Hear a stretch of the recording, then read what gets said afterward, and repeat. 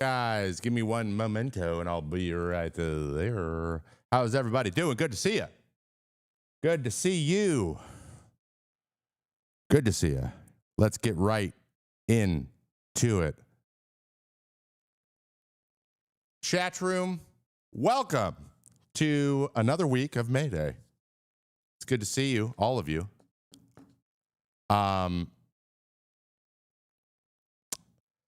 So yeah. I just had a realization that it makes me a little bit sad that I did not do something I was supposed to do before I started the stream. And I might need to just do it right now. But now I am live, and now I'm frustrated because I forgot one last thing. I was doing so well, and I didn't forget it. Good day, Danny. Hello. Scoop me one up. 37 months. Look at you. Look at you. Wow. Wowie clap. Scoop me one up. Thank you so much. Random welcome to the team. Back to the team, that is. Sponsored by Rage Shadow Legends. Imagine. Kind of has that look, doesn't it? It does, doesn't it? It kind of does, doesn't it? The Mayday right there. This thing, that looks like a Raid Shadow Legends. Nah, I mean, fam. Huh, we got a super chat. Really? Of 10 Canadian dollars. Dude, that's like $3,000 in America, right? Isn't it? Is that right? That's right? Right? Correct? Is that correct? Am I correct? Yeah. So, guys, if we have to quickly reset the overlays at some point, we're going to do that. We're going to do that. What's your opinion on single season relief innings pitched record holder Mike Marshall? Pretty impressive. I don't know how much he has, but it'll never be broken. Trust me, you that. Trust me, you that. Guys, I've noticed recently, especially my short form videos, how much I'm like messing around holding my pen. And I had a little interesting story about this pen. This is the first thing I ever purchased as a Major League Baseball player. We went on a road trip. Okay, so let me be very clear. You hear that? Not the first thing, sorry.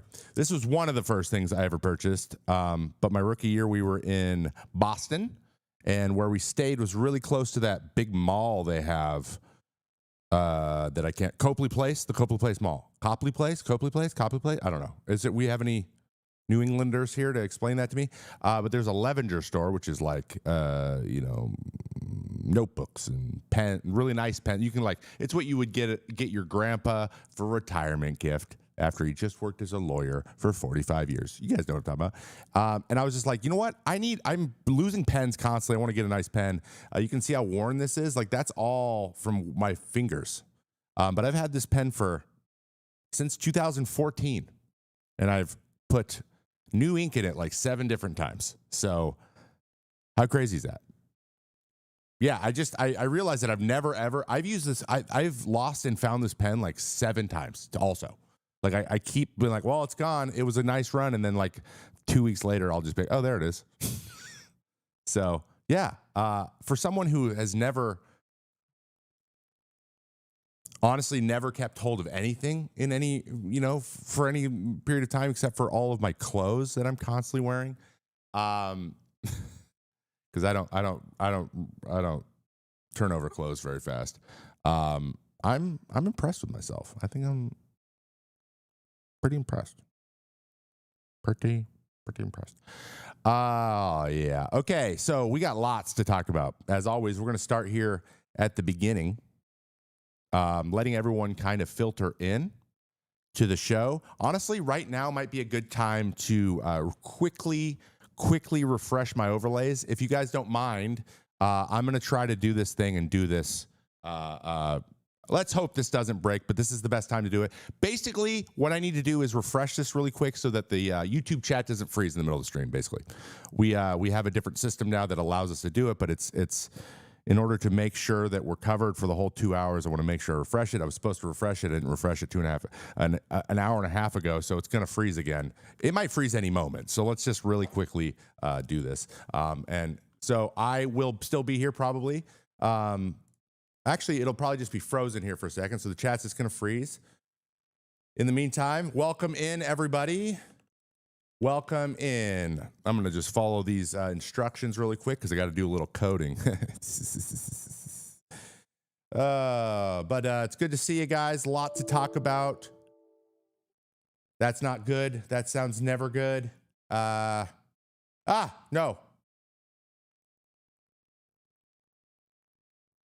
Okay. Then we're going to go CD. I'm literally... I can't see either. That's not helping. Okay. Have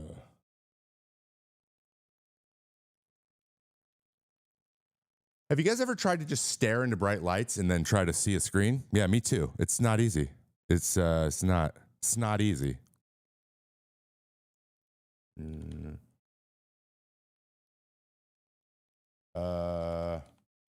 Okay. Go. Something should happen. It seems to be happening. Yeah. I don't know if that means it's working. I hope so. Sure do hope so. Okay, and then we're going to hit a little refresh guy. We're going to see a little blink. We're going to actually go back. Thank you so much. And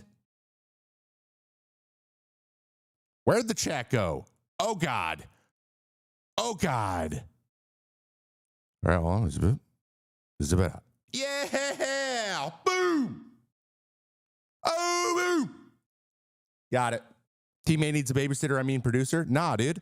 The point of this is so that I don't need a producer. I would love to be able to do this thing from my house or from my studio and not have to have a cameraman / producer. However, it would be nice to have a producer. We do actually have a producer. DK, David Korn is here with us. David, say hello really quickly, if you could.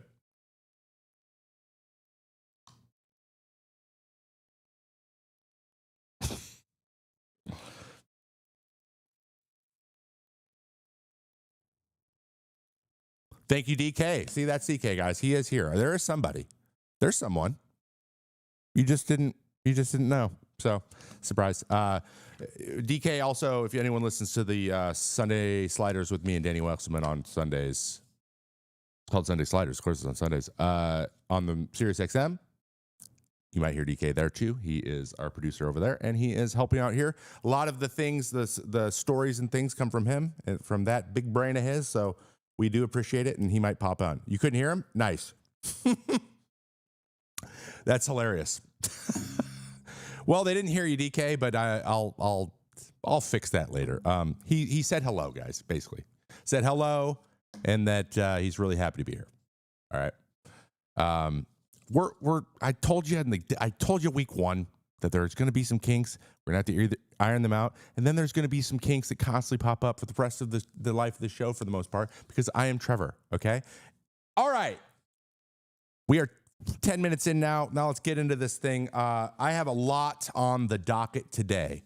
Actually, I kind of want to make this a thing too. Guys, we got news. We're going to talk about the Dodgers. We're going to talk about Bob Uecker.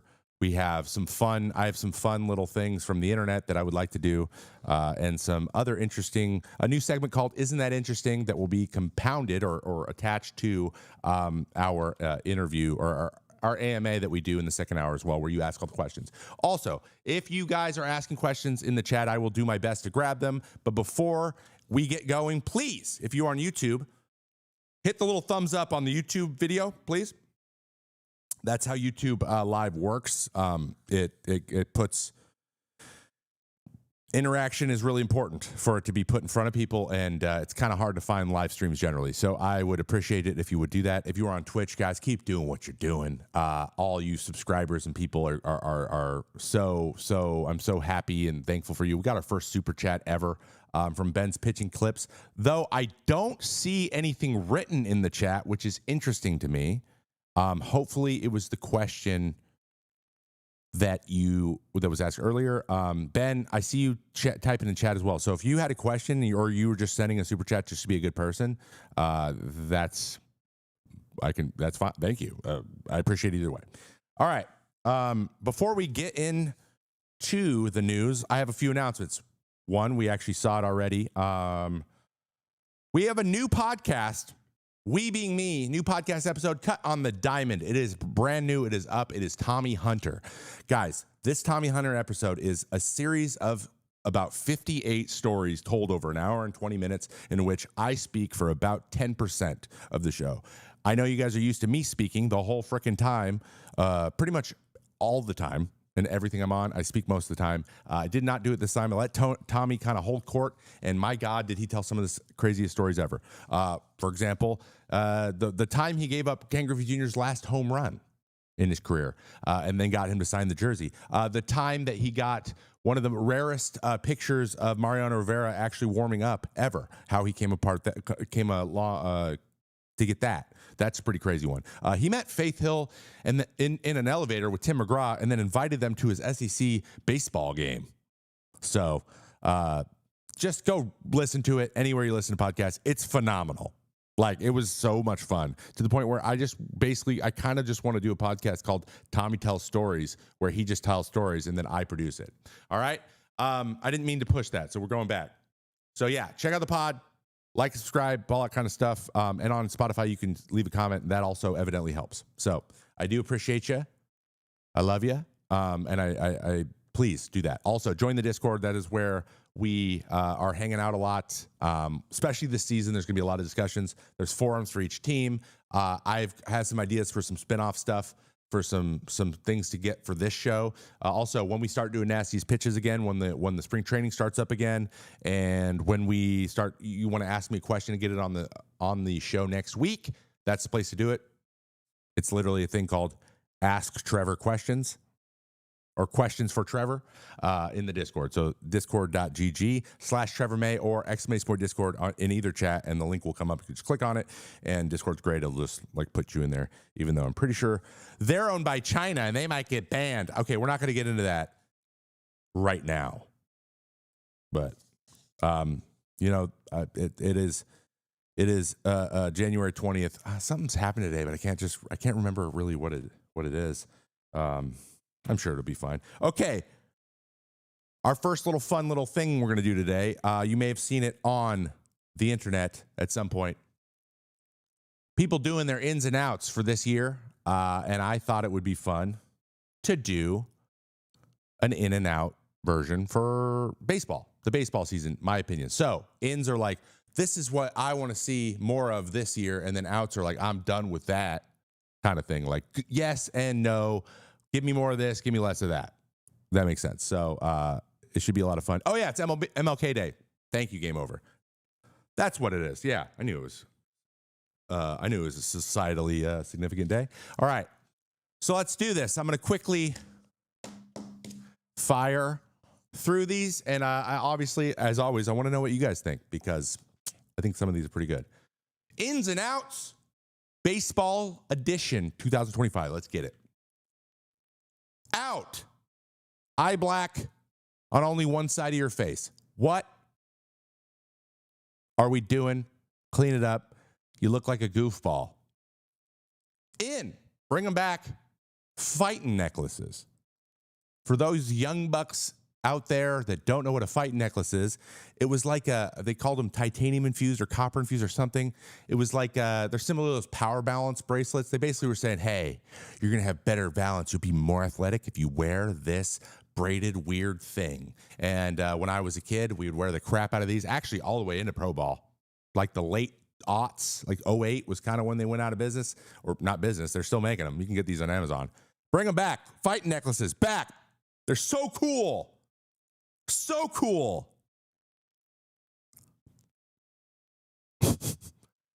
Okay. Out. Another out for me. Intentional walks. Just get rid of them. You got to pitch to everybody. including you, Garrett Cole, to Devers. No, I totally understand why you. I honestly would consider intentionally walking Devers myself as well. You're a much better pitcher than me. So, but yeah, intentional walks, they're boring. We're talking about how baseball's boring all the time. We'll get rid of that crap. Thank you. In tweeners, give me more pants that go halfway up your calf. I wore these in high school, and I was a monster. More tweeners, please. Thank you. Shout out Tony Kemp. Best tweeners I ever saw. Out. 3-city road trips. Get rid of them. Everyone hates them. All the players hate them. All the staff hates them. Everyone hates going to 3 cities in a row on the road. It's the worst. Please do it. And please, for the love of God, don't make it a family trip, because I love having families around, but that means like there's just basically the plane's just covered in smashed Cheerios on the ground, if that makes sense. You just do the math in your head. If that should make sense to you, but it's a lot. It's a lot. 2 cities maximum. Thank you so much. In short sleeve turtleneck undershirts.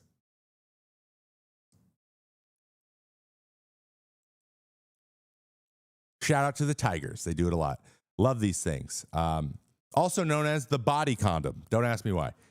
Next. Out. Just pickoffs in general. Get rid of them. Just let them run. Why do we even have this facade of, I can pick you off? Why do we need the countdown? Why do we need the number? We should just go straight to the you can't pick off or gets to go to first or gets to go base. Just get rid of them. I don't like them. Get rid of them. They're the worst. Thank you so much. Thank you so much.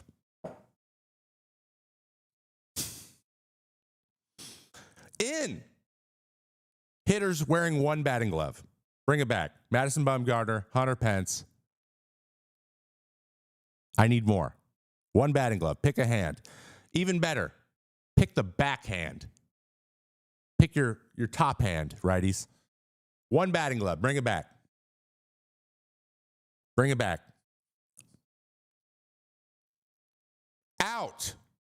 Slamming your forearms together after you hit a home run. Now, I understand this is Aaron Judge's thing, but I feel bad for every single guy that has to do it to Aaron Judge. That guy could kill you if he wanted to, right? We know that Cody Bellinger did this a little too hard in the World Series once, dealt with his shoulder thing for a while, and kind of almost messed him up big time. So just take it easy, guys. Like, get something that's not you're slamming your elbows together. I'm thinking about you. It looks cool. It just, who wants to knock funny bones? Nobody. Nobody. In. Relievers taking the bullpen cart. Get in that thing, bro. Give yourself some rest. You've worked hard. You deserve it. But out, not having a bullpen cart. I know every team had one at some point. We need them to be used in order for them to be brought back. So it's on you, relievers. Have some fun. I will say, last time I did ride on one of these, actually that one specifically, I gave up 5 runs. That was actually the last time I gave up runs in my career. A little fun fact for you. I rode the cart once, and I gave up runs. But I think it's a bad juju because it doesn't happen enough. So, take us back to the 90s. Let's go, guys. Take some breaks. In. Give me some dugout chants like Little League, bruh. Come on. Who wouldn't want to see that? Who doesn't want to see Juan Soto going like G-O-O-D-E-Y-E, good, I, good, come on. Have some fun. But out. On the field bullpens. They're gone, though. We realized this the other day. This is actually one that happened. Oakland Coliseum no longer exists. Rest in peace. Obviously, we've talked about that a lot. But also, Tampa Bay Rays. They're not going either. They are in Steinbrenner. Though I think Steinbrenner has on the field bullpens. Does it? I cannot remember. Well, I hope not. Get him out of here. Get him out of here. I mean, yeah, and someone just mentioned in chat, maybe we just do TikTok dances instead, right? Get Jared McCain out there. Okay. A few more here. Let's do it real quick. Let's go. In. Post-game jersey swaps. Baseball. Come on. Come on. Swap those jerseys. Have some fun. Tommy Hunter would love that. Out. Relievers conditioning. Pointless. Stop running, relievers. You do enough. You pitch every day. Play catch. That's your conditioning. Stop running. Why are you running? Nobody cares. Nobody cares. You're fine. You have to get 3 guys out. What's the point? In. You've heard a bark at the park. Let's get a meow at the park, guys. Where are my cat people at? Bring your cats to the park. Don't let them loose, though, because you'll never find them again. I'm starting to realize what the issue is here. However, I want to see everyone raising their cats literally like Simba, right? We have a Simba cam, but we don't have any cats. Doesn't make any sense. Bring your felines to the park and have them be scared of everybody. Can you imagine 10,000 just terrified cats? All right. Out. Guys in their 20s with goatees. Cal, fortunately, has learned his lesson from this. Do not wear a goatee if you're in your 20s. We're not back to that yet. We're to mustaches now. We're not to the 90s. So just go with the mustaches. The goatees will come, but they're not here yet. Stop trying to make fetch happen. Unless, and there's one exception, unless your goatee looks like this, you can do it then. This is fine. I'm okay with this. This or a question mark, like you're the Riddler. All right? All right, and then the last thing is in calling everyone on your team babe. Let's bring back babe. I'm babe. The whole babe can be used in any single sentence. It's gone by the wayside in baseball, and I want it back. I want it back. All right, babe? All right. Hope we're all on the same page here. That is my ins and outs for 2025. Let me know what you thought. All right. Let's get into some news. Also, do you guys like this? You guys like this little thing we have going? Let's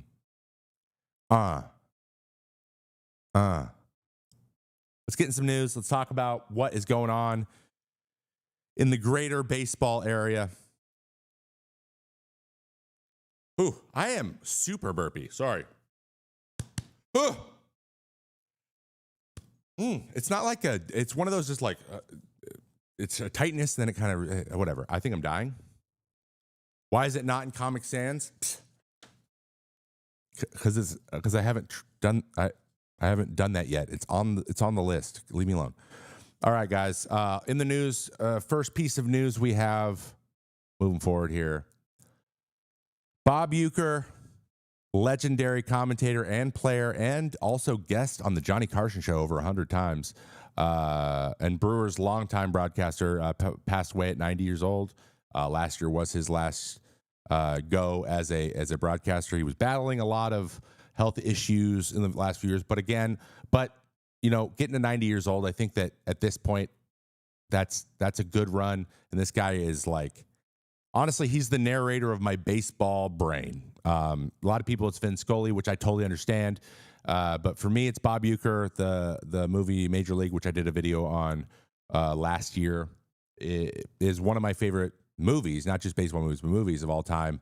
And basically, Bob Uecker plays Harry Doyle, there, basically the head, radio guy for the Cleveland Indians, and he's just himself, basically. Like it's exactly who he is as a person, Harry Doyle. Like, there's no difference. So when I think about, like, the number of times I say just a bit outside in a year, like during a season, just a bit outside, that gets me. One of the best lines ever in a sports movie is when it kind of pans and there's like nobody at the stadium. He goes, you may not have known it, but in judging by the size of the crowd, you definitely haven't. But the Cleveland has won a few games lately and is in danger of climbing out of the cellar. It was just great, and I guess it was ad-libbed, so I love it. So I want to do a little ode to Bob Uecker here. We have some clips. I have a couple videos that I want to watch of some of my favorite moments. Shout out to DK for finding a couple of these for us. But before we get into that, a crazy Bob Uecker stat. This is crazy. All right, from Ryan Spader, Bob Uecker called approximately 3.5% of all MLB games in history. Now remember, he wasn't a national guy, guys. He was with the Brewers, right? He was with one team. So you had to be around for a long time to do it. That is one in every 29 games ever broadcast. That's insane. Including those played before the advent of television and even radio broadcasting. So it's not even broadcasts. One of every 29 games. He did do national games. Yes, what I'm saying is, I didn't say he never did a national game. What I'm saying, but that wasn't his main job. You know what I mean? Like, it's hard. He had one team that he was following. So like, a lot of it was predicated on who was playing the Brewers, right? So that's nuts. That's just nuts. He had to do extra. I don't know. It's just crazy. It's absolutely incredible. If anything tells you about his work ethic, that does. Okay, so I have a couple great moments. 3 big moments from Uecker. Give a little bit of love to him. But here's our first video. Is Uecker is on one of his many. He's on the Tonight Show with Johnny Carson. One of the many times he did it. And Uecker is explaining the infamous photo of him sitting with Bob Gibson. So when they played together on the Cardinals, I believe it's Cardinals, right? Well, they played together with Bob Gibson, and in the photo, they're like holding hands, as like cheesing big time, and everyone else is being serious. And they actually got fined for that, which now the world we live in, I'm like, okay. But he's on Johnny Carson and explains what was happening there, which is incredible. So let's get that up. One moment.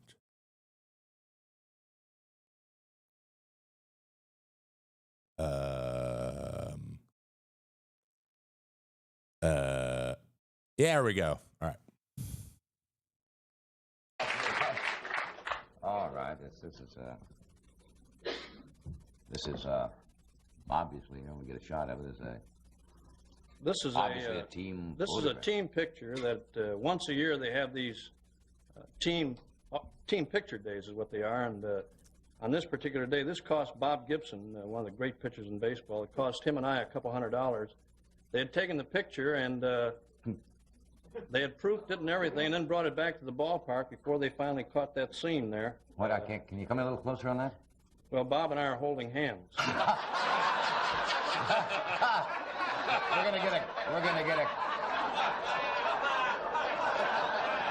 gonna get a close shot of that.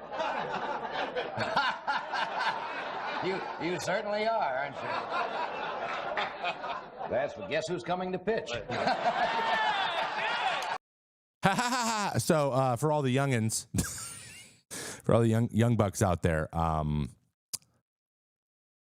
there's a show that they're referring to, but he's very famous for that. It's funny how like serious Uecker is. Like, he's like, yeah, we're holding hands, idiots. What do you mean?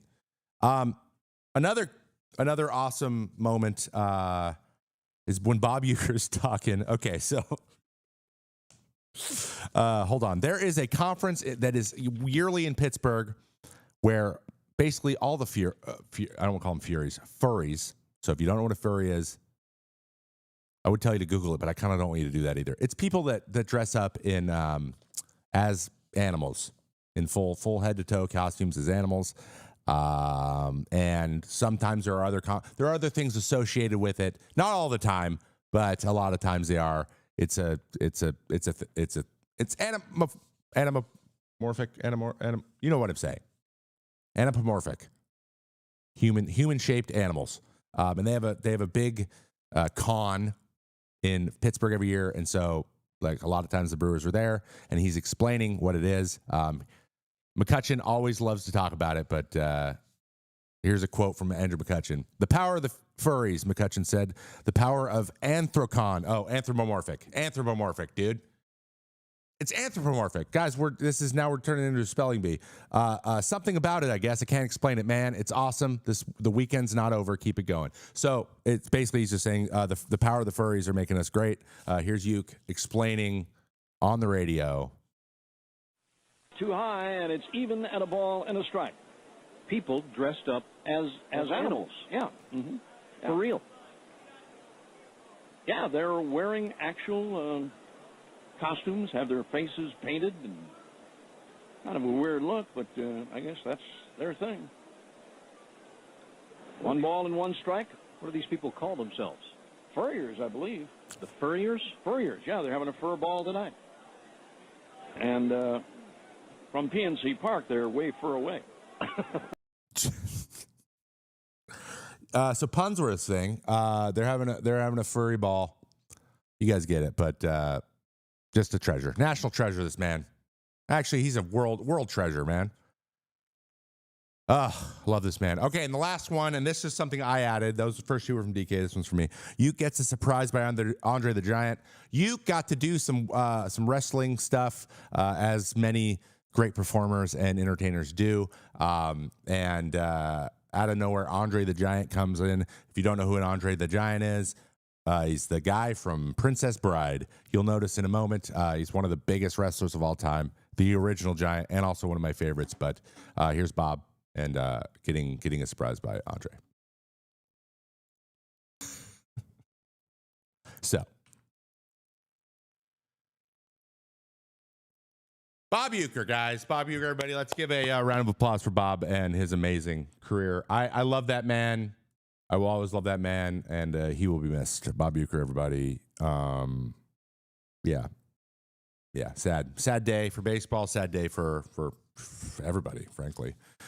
All right. Just ask what Andrew McCutcheon what furries are. Next time. When we have him on the show, I definitely will. Love you, Bob. All right, moving on to more news. Finally, we have some people signing. Anthony Santander finally signs with the Toronto Blue Jays, who get somebody for finally. They keep losing over and over again, and now they're not.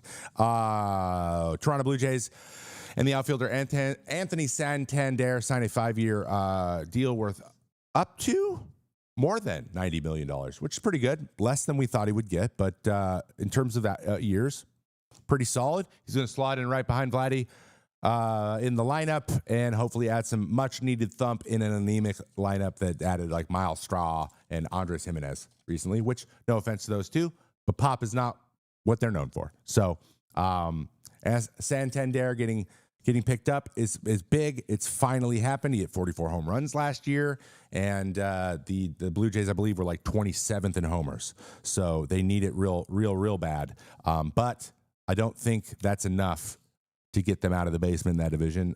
But we'll see. It's definitely a step in the right step forward for them. If they can like swing a Bregman deal or something, that would make a huge difference in my opinion.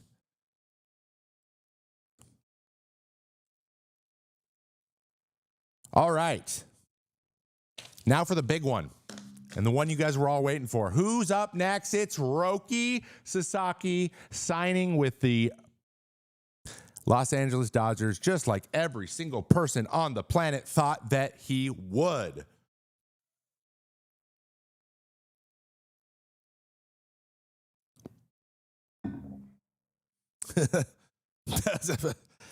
Okay, so Roki goes to the Dodgers. They were not the biggest prize pool.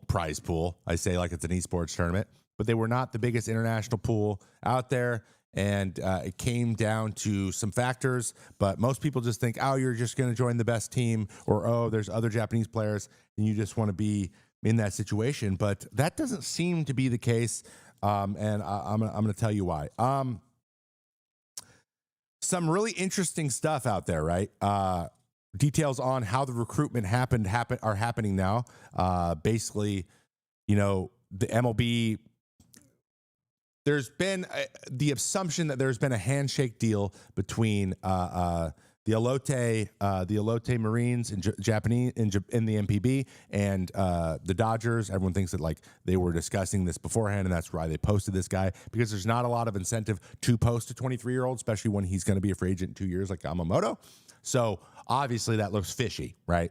Like, are they giving you something for him, or what's happening right now? Because you're not going to get the most value. Why would you let him go? Because us as a society, we assume that it's not actually possible. Right? It's not actually possible that the team just respected him and said he really wanted to go. And they're like, you know what?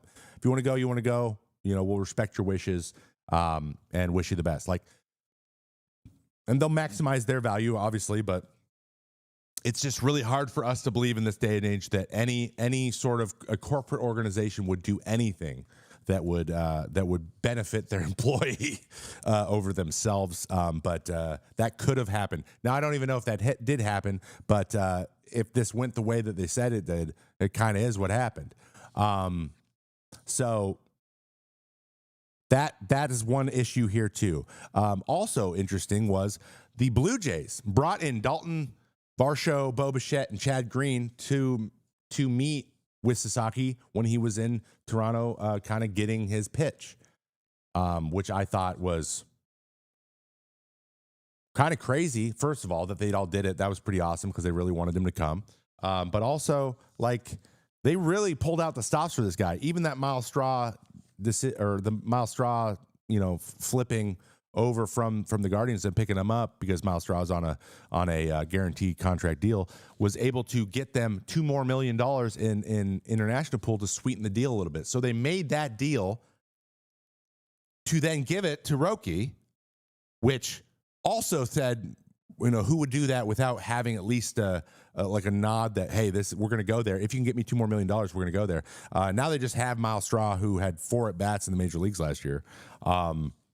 So that kind of backfired on them too. But shout out to those 3 guys for like going and trying to get somebody to come help their team. That's something that I don't think everyone would do. I mean, we already know that Aaron Judge didn't call Juan Soto. So, you know, like, that's commendable. And I think it's awesome. But they really did pull all the stops. They're really sick. They're trying everything they can. They still didn't get their guy. But one other interesting thing was how detailed Sasaki was and what he was looking for. So, This is interesting. This is a nice little tidbit we have here. Roki Sasaki asked each potential employer to explain the reason behind a vexing issue that lingered over his final season before a long-anticipated jump to the majors. Why did his velocity fall off? And you would be like, why did Roki ask them? It's because he wants to go to the place that can fix him, that can help him work through whatever hurt him, and whoever had the best solution to that problem.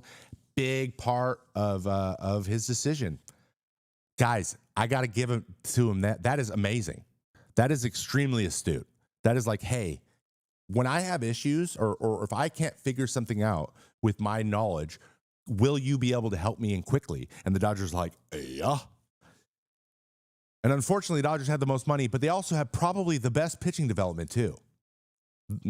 If not the best, they're a top 3. They're a top 3, and they do their homework, and they are very prepared. You go to the Dodgers, you get traded over there. They have something they have a packet they hand you right when you walk in the door. Here's all the things we want to see you do.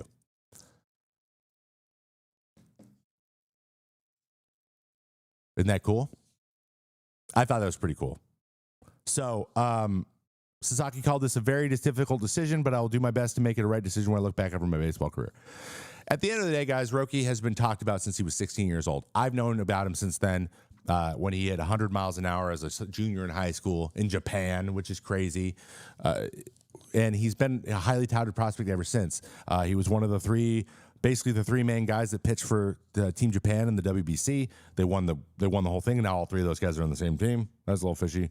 But he's got basically this big, like, Bryce Harper sized, you know, like, hype cloud over him. And what he wants, what his main goal is to put himself in a position to fulfill that vision of himself.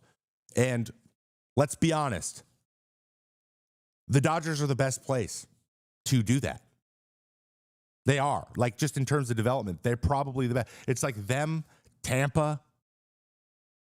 Cool. We go play Steinbrenner. No one wants to do that. Right? Can't beat the weather. Right? So there's maybe New York could have been an option, and San Diego probably had the best chance, just to all the above. Like, they have great pitching development as well. I just think that there's enough discord there that he didn't want to be part of it, and I just think that when it comes down to it, man, when you're looking, you're like, all these things created equal. I might as well go with the team that won the World Series, right? And has a bunch of Japanese players on it. That there's a certain level of comfort that I'm gonna have when I'm here. So that was really, really interesting to me to hear about how he did these things. There was also an investigation to see if that handshake happened. MLB found nothing. Now, we don't know what that means or what they did, but they didn't find any wrongdoing. It sounds like the Dodgers are just, the planets are aligned for them. And there's no other way to put it. Can't beat the weather. Maybe you can right now. Well, yeah. Yeah, maybe you can. Maybe the sweeping fires are not the greatest thing on the planet, for sure. But that was also in the winter. It's very dry there, but in the summer, it's just not going to be over 80 degrees. So you're not going to sweat your balls off, and you're not ever going to be cold either. It's just hard to beat that stuff. So, or you can go pitch in Minnesota in April and just not feel the ball for an entire month. It's great. But the probe, by the way, the probe was not to check if there was a handshake between Sasaki and anybody. It was they were looking into the team. So that's still kind of on the table, I guess, but I highly doubt that it happened. It seemed like he's pretty clear on what he wanted, and so he went and got it, and now he is a Dodger. Unfortunately, right after they did that, this guy joined the Dodgers. Tanner Scott signs a 4-year, $72 million deal with the Dodgers to be a very, very, very well-paid reliever. This guy is nasty. I think he's going to close or be one of the closers with Trinan and the rest of the guys they got over there with Evan Phillips. I don't see how the Dodgers could lose a game. That's a wild deal for a reliever, especially a reliever that isn't going to be just handed the closer role. He could close, and he probably will end up winning the closer role. But good. I feel like any reliever getting paid big bucks, I'm all in on. 4 years, 72 is amazing, and now their payroll is just, I don't know, what is it, like $3 billion a year? Doing the math right now in my head, $2 billion a year. Yeah, it's pretty crazy. Tanner Scott signs with the Dodgers. $20 million signing bonus, $21 million deferred payments. Surprise! Let's get that deferred money into the stratosphere. So who does he join? He joins Blake Snell. He joins Roki Sasaki, Michael Conforto, Tommy Edman re-signing or getting an extension. We got Teoscar Hernandez going back. Yeah, the Dodgers, shout out to Corbin Burns for signing to pitch against them constantly. I'm really excited. So their payroll is now in the neighborhood of $375 million. It's about $70 million more than the second place Philadelphia Phillies. It's hilarious the Mets aren't even in there right now, even with Soto. That's pretty crazy. So, yeah, that's a lot. That's a lot. The Dodgers are a problem, but I don't know what to be done about it. And so I want to touch on that real quick. I have a little special segment here. Dodgers, what gives? Sorry, I haven't figured out any audio transitions yet, but I'm working on it. Okay, so everyone, the questions I get constantly, and I'm sure you guys are all wondering too, are deferred payments a problem? Are the Los Angeles Dodgers killing baseball? Now, first of all, if I have to hear the term killing baseball one more time, I'm going to lose it. Baseball is not dying. We had the biggest viewership for a World Series in forever. There's more people watching in Japan than there was in America. Like, it's a popular sport. Maybe not as much in America, whatever. But we kind of suck. So we're kind of losing our interest in everything. Just ask NBA. We'll get in that in a bit. But I want I want you to think about a few things. One, right? People are like, why are we doing nothing? Why haven't we done anything about, like, why are there no penalties around deferred payments? It's because we're in the middle of a CBA. That's why. The reason that the third tier of luxury tax, the Cohen tax, got added is because it was proposed during a CBA negotiation. They could actually put it in. Right now, they can't do anything about deferred payments. It just so happens that we're right in the middle, and the Dodgers are going to get away with this for a couple more years, right? Also, everyone can defer money, but it's super valuable. It's super valuable, especially also the signing bonus is so valuable in LA because of the taxes, right? So they're kind of just like offsetting the whole tax problem, and which is one of the reasons to keep it a little bit more even, because taxes suck there, so it's harder to get players have to think about that. But they're like, hey, we'll just defer and we'll do these. We'll get creative here and we'll get you more money. So there's a lot of flexibility there that might get shored up, and I think both sides kind of want to do that. I know that most of the other owners do. So don't be surprised if there's a deferment element added to the luxury tax kind of system here, where deferments have to be factored in. Now, why do we do deferments? Players usually don't want to do deferments because your agent basically, or your financial advisor, is like, get the money now, get the money as soon as possible, and then we will make it work in the markets to then make you more money long term. That makes a lot of sense to me.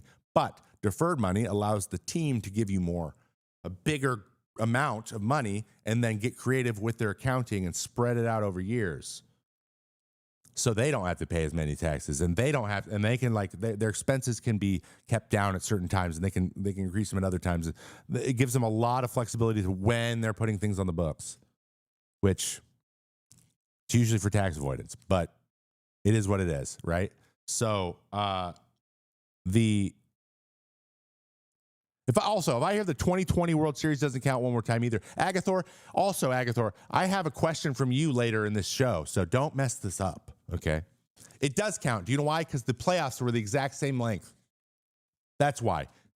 All you have to do is get there, and then the playoffs are their whole new thing. And they did. They won it when they have the same number of teams in the playoffs that there always has been. So I think it matters because they were going to get in the playoffs no matter what. Think about it that way. And you got to play for nobody, yeah. And there's no home field. Yeah, it was a tough one. It was a free for all. So, do I think something's going to be done about deferred money? Yes. I think that it will be addressed in the next. It's going to be really interesting because there's going to be so many things happening in the next CBA. Like, they're just going to ram the Soto contract down everyone's throats. Be like, guys, this is too big of a contract. We can't give you so much money. We need a salary cap. And this is going to constantly happen. We're going to talk about salary caps, even though I have explained these things ad nauseum with the control that baseball teams have over their players. That's why there's no salary cap. They have control over players for twice as long as any other sport. They have so much power to control a person's career for so long. That's why free agency is what it is. That's why it functions this way, right? So, is that going to get addressed again? I don't know. If that's thrown out there again, and it's just a non-starter for both sides. If salary cap gets brought up, the players then go, okay, get rid of arbitration. You get to lose years. Then it's a non-starter. They will walk away from the table, and it won't happen. But if we start there, it's going to be a rough one, and there might be another situation where there's stoppage. But the thing is, I don't think Rob's going to do a lockout. I think the players would have to strike, and I don't think they would do that because judging by the 26-4 and the lockout vote that happened last time, which was still infuriating to think about. But I do think that it is going to get addressed. I do think that they do have a little bit too much of an advantage. Like, they have $1.2 billion deferred. The next highest is like 170. And even if you take Shohei out, there's still like 4 times the amount as the second highest amount. That there is something. It can't be just uncapped. So it's going to get addressed. I know this is going to be on the docket. If it isn't, that's fishy as hell. But I would expect deferred money get looked at, and I would expect there would be more penalties. And like, for example, if you have a certain amount of money over whatever, you can't sign an international free agent over a certain amount of money or something. Like, that would probably solve it so the Roki Sasaki thing doesn't happen again. So imagine if the Dodgers had $2 million to give him instead of 8. Would that have changed it? Maybe. That's a big penalty. But something like that's going to happen. So expect that to happen with the Doyers moving forward. All right. Last little piece of news, because we are filling up an entire hour with news. I want to touch on this very quickly because a subject very near to my heart. It is our friend Tomothy Ricketts. His name's Tom Ricketts. He's the owner of the Cubs. We have another owner crying, poor. Can I get a lot of sad faces in the chat? It feels really bad to know that life is so hard. Tom Ricketts, Cubs don't have dollars for contracts like the Dodgers, Yankees, or the Mets. On the weekend of the annual Cubs convention that serves to get fans excited for the upcoming season, Tom Ricketts did a good job of pouring cold water on any positive vibes that have might been building up.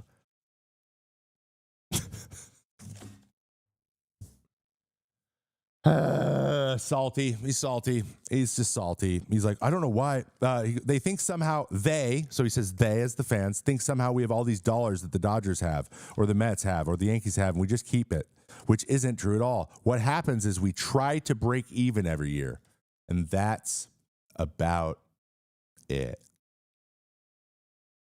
We try to break even every year. Now, there needs to be one caveat. You got to remember one thing.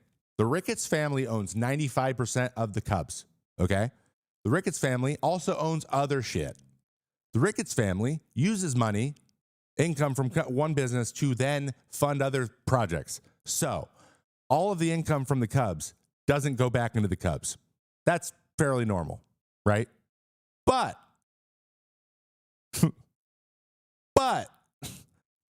that's not an excuse to not pay. It does exist. You're just prioritizing it somewhere else. That's not our fault. That's your fault.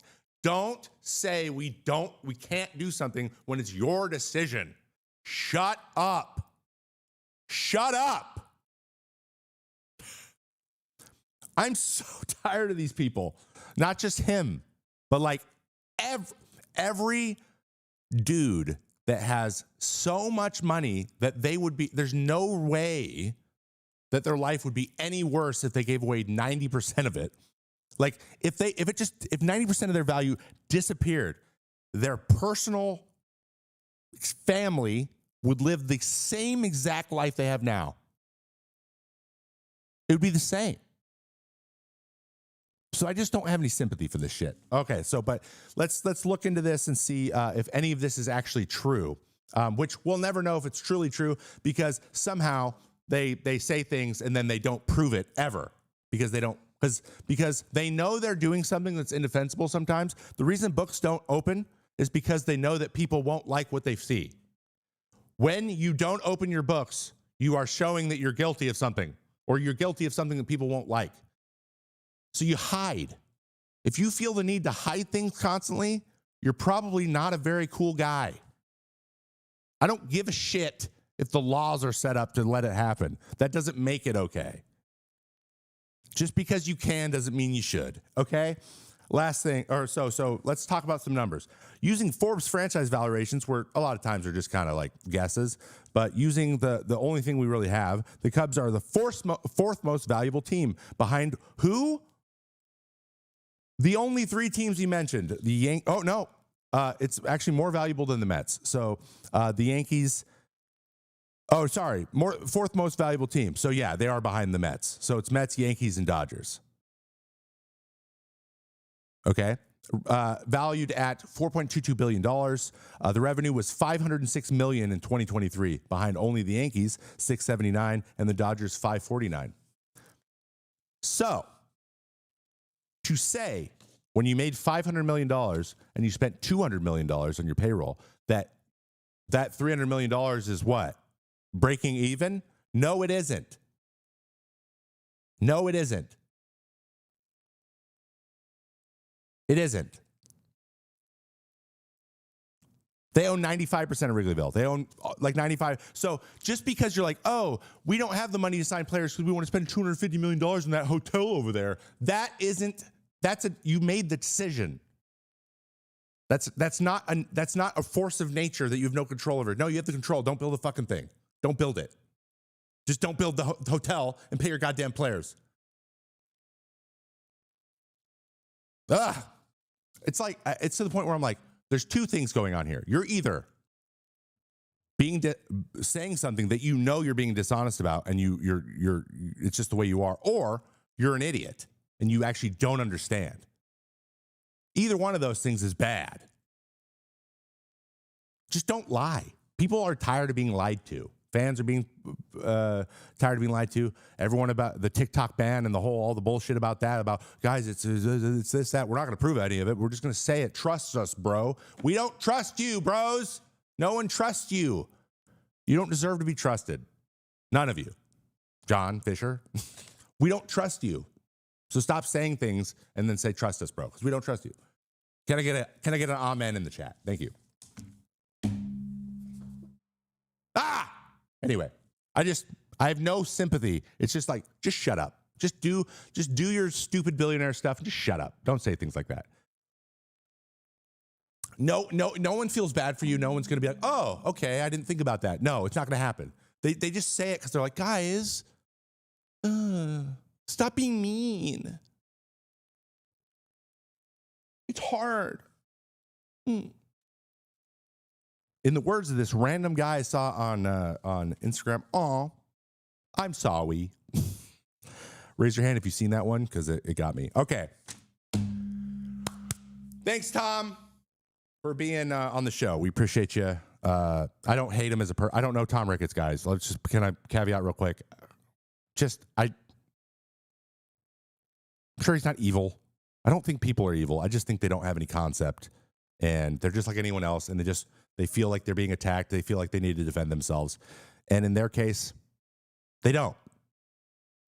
People are tired of it. So I'm on everyone else's side. All right. Okay. Wisawi.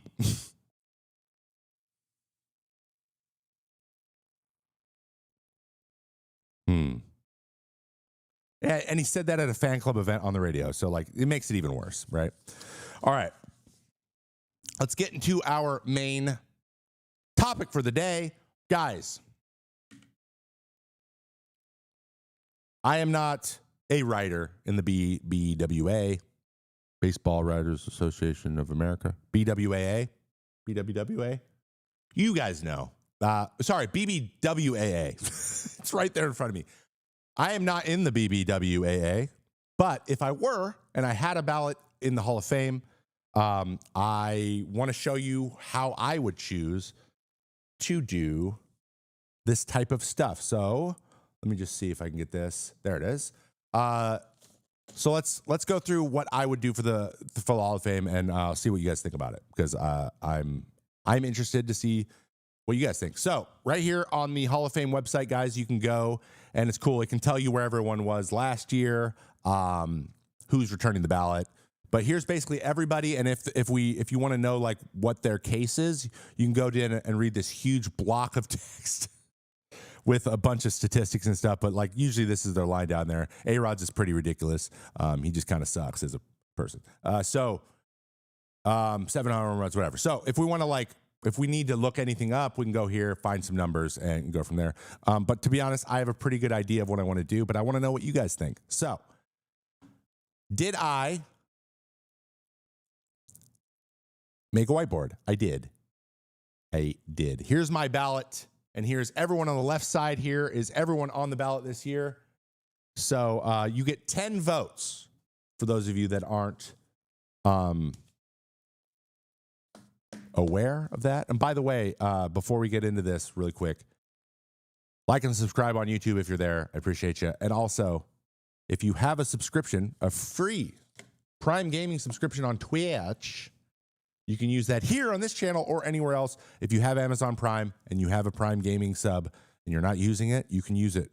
Make sure you're using it. It's free for you, and it does help a lot of creators out, especially with the ecosystem right now and the uncertainty for people who create for a living and have their own kind of little media things going on. Every single sub counts. So make sure that you use that if you have it. I do appreciate that a lot. It does not have to be here. It can be anywhere, but yeah, that's really helpful. Okay, so first things first, You get 10 votes, and we have 4 guys currently right now that are looking really good about being in. Okay, we have, and to be honest, I'm with them all as well. Also, so like the first 4 are going to go up there, right? The first, Ichiro is really close to being unanimous. Ichiro is a Mariner. He got up when he was 27. He had over 3,000 hits when he started at 27. I'm very sad that I never got to face him. I was 1 batter away, but I was pitching so poorly that I got pulled, which sucks ass. It would have been really nice to give up a single up the middle to him. I would have really liked that. But Ichiro, I think, should be unanimous, and I think that had he played if he got up to the big leagues when he was 19, like another guy on this list, Felix Hernandez, that he would have broken Pete Rose's record. Feeling good about that. Next on this list, I think a shoe-in is CC Sabathia. He's just beloved. Cy Young winner. Played a really, really long time. Had a couple of different resurgences in his career. And it's just like, and then he ended as a Yankee. Like, it's just, if you are a loved Yankees player, like one of the most loved at the time that you played, you're going. But he was very good in Cleveland. He was really good in Milwaukee. Really good in New York. And CC deserves it. And he also has the longevity in his career. So of the starting pitchers here, he has almost the most longevity. There's not a lot of guys who really can compete with him there. So next, though, I will throw Billy Wagner in here. It is his last year on the ballot. He should have been on last year. I think he had 74% of the vote. You need 80. So he's at 85 right now. He's looking really good. I think that Billy Wagner is the top 5 closer of all time. I think he's 8th all time in saves, but like his strikeout rate's ridiculous. He had rise fastballs before we knew about him. And he played for I believe 18 years. I can look at it real quick. Let's actually pull his stuff up because I actually want to see. Where is he at? Billy Wagner. He played for 853 appearances. I actually don't know how many years it was. He's finished top 10 as Cy Young twice. That's crazy. Career walks plus hits per 9, pitching ratio whip of 9.98 is the lowest among retired relievers. He had a sub-1 whip for his entire career. He played for 16 seasons. Like, all of this is just not going to happen anymore, too. But this guy's look, he gave up 600 hits and 900. He's just dominant. Absolutely dominant. 2-3, 1,200 strikeouts and 900 innings. Just absolutely filthy from the first game to the last game. He was nasty the whole time. He didn't peter out. And then he just took it to the house. So I think Billy Wagner is a shoe-in. He should have been a shoe-in before. I don't know why it's taken this long. I think relievers don't get any love, especially non-closers.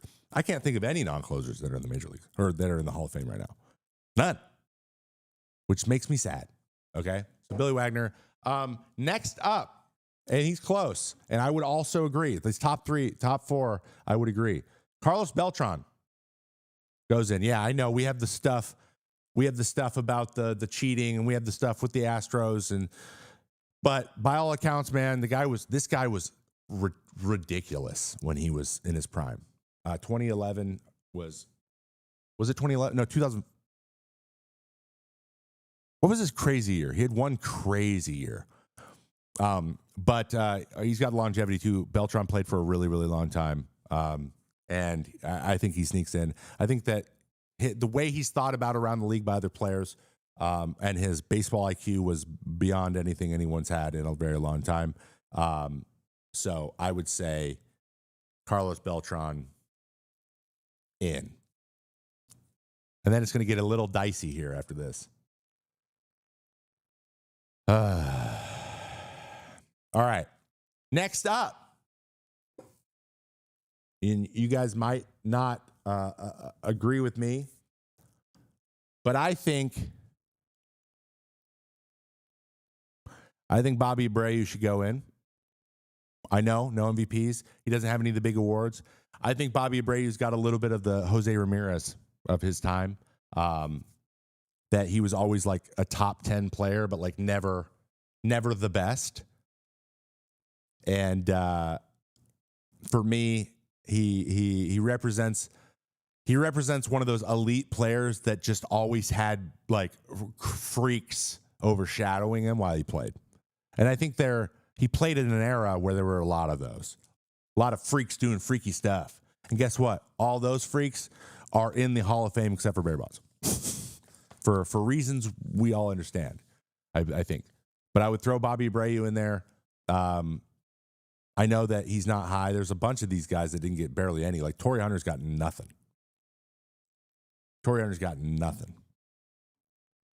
And as relievers go, there's a few here, but we're going to get into that in a moment. All right. Next, and this is bias, and this is soft spot. But another Cy Young winner, who I think people are like, well, he only pitched till he was like 35, and this, that, and the other. He was up until since he was 19, and the guy threw 3,400 innings.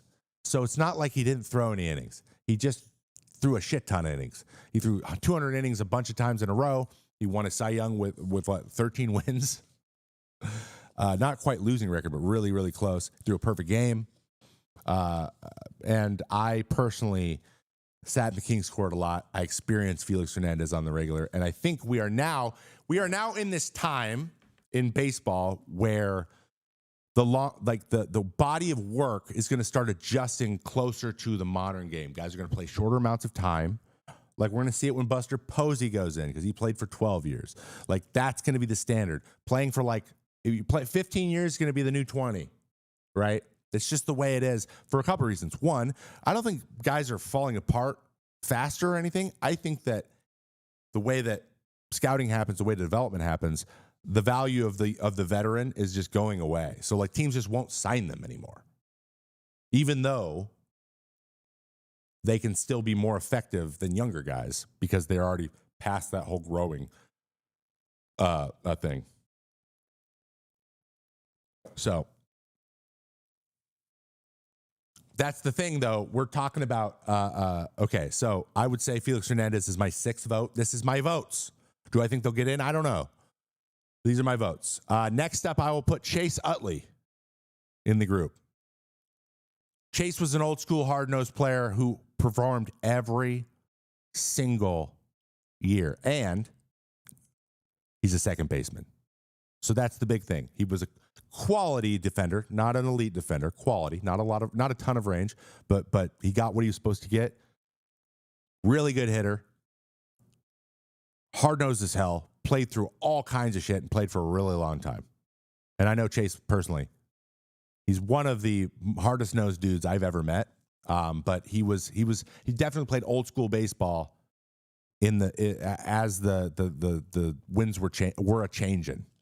So my 7th vote would go Chase Utley.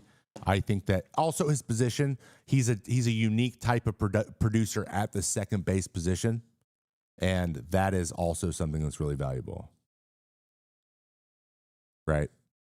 So these guys are all kind of on these guys might need to be on a few ballots before all these new guys. A lot of them will need to be, but we will see. We will see how it comes together here. Okay. Next up, we were talking about Torrey Hunter being in the top 5, or someone in chat was anyway, and you can't see it on the screen right now, but Torrey Hunter being a top 5 defensive center fielder. Well, if we're talking about that, I'm gonna throw a bone to Andrew Jones because he is also that.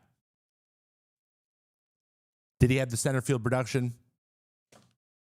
No, he did. Not traditionally, but he was a freak. Another guy who I think got underrated when he was playing even. And he deserves his stripes. At least a vote from me. Do I think Andrew Jones is going to end up getting in? Probably not. I think that honestly, where it comes to where the line is, I think Abreu eventually does. Felix might be the one where we're struggling, and Chase maybe. Chase could get a push depending on who's on the ballot in one of these years because they're all in their first one. But I don't know if Andrew Jones is going to end up making the cut. But I would give him his flowers because I'm going to use my 10 votes because I'm not actually able to do this thing. Okay? All right. That's 8. So we have 2 more. And on the list here, we have Torrey Hunter, Alex Rodriguez, Manny Ramirez. I just want you to know, I'm not putting Alex or Manny on there. I'm just done. I'm done. To be honest, I would be more likely to put Manny on than Alex because Manny kind of just said, yeah, but I did. I'm an idiot. I'm an idiot. I'm stupid. Why did I do that? And Alex was like, oh, yeah, I did it. And then he did it again later. And then if the quotes that were given during the Balco scandal were true from the guy doing it, I'm out. I'm out on A-Rod.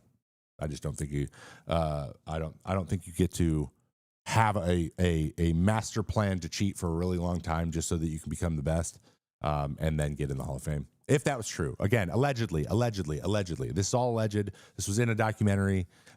It's he said, she said. So we don't know if these things were actually said, but I know how he played, how he acted, and some things he said behind closed doors. It lines up with his personality a little bit. So not a huge fan. Not a huge fan of that. So I'm not voting for those two guys. I'm not a hardliner on roids. Honestly, if we put one roid guy in, all of them should go.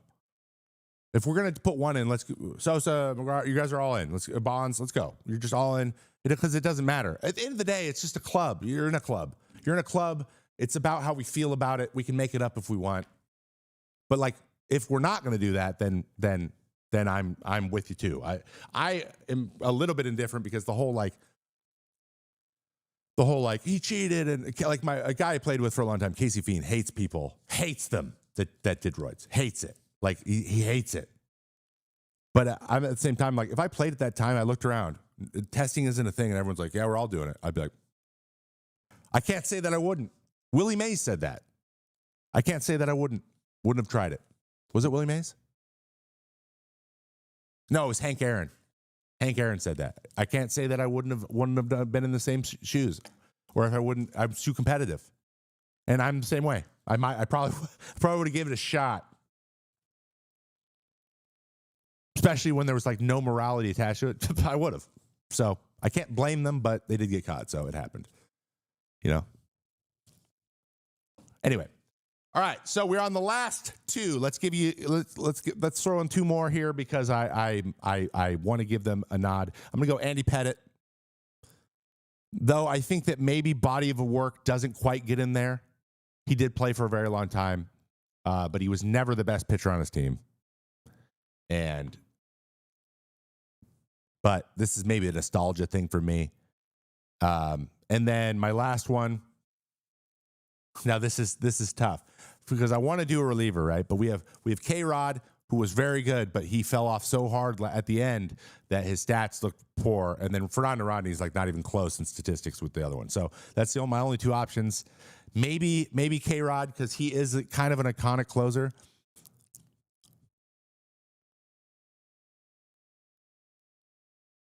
It's for you, Mets fans. That's for you, Mets fans. David Wright, he probably didn't play long enough, but again, he's universally beloved, and it kind of sucks that he fell off after like 9 or 10 years. But we'll give the Mets captain the 10th vote just so that we can get a little percentage on there because I don't think he has any yet. And if I had 11 votes, Torrey would probably be the last one there. And those are my votes. Look at them. What do we think? How are we doing? What do we think about these six? These six here, additionally, it comes down to like whatever your vibe is. I think Jimmy Rollins could be thrown in right spot as well. But I think that J-Roll is a shortstop, and that's different than Chase as a second baseman.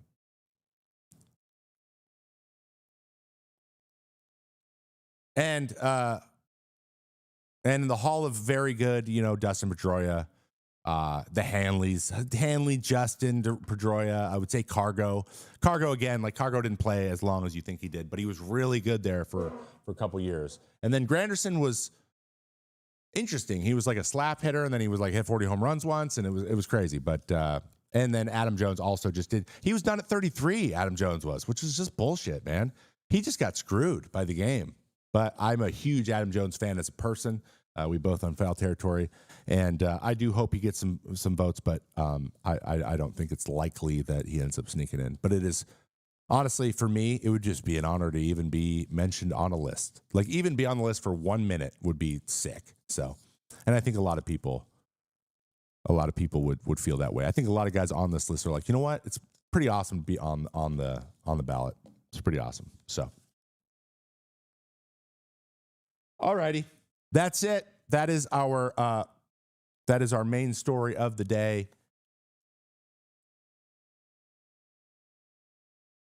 What do you think? How are you feeling? What is the vibe around my choices? What would you change? Let me know down in the comments. And I'm sure you all agree with me. I'm sure this is going to be a nice little painless comment section to read.